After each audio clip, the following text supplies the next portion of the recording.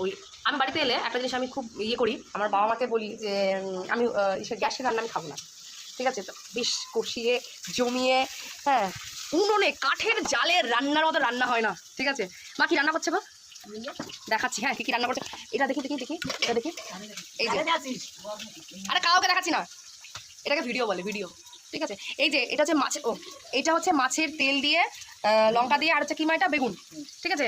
ওফ যা যে কি ভালো লাগে দেখতে। আর এই দেখো বাবা মা হাত পড়ে গেল। আর এই যে কড়কড়া করে কি মাছ এগুলো? মৌরলা মাছ, মৌরলা মাছ দুটো মুখে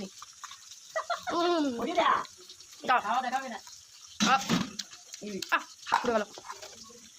আর এই যে ইলিশ, আরো দেখাও কাঁচা কাঁচাগুলো, এখন ভাজা হয়নি। কি মাছ এগুলো? কাতলা মাছ।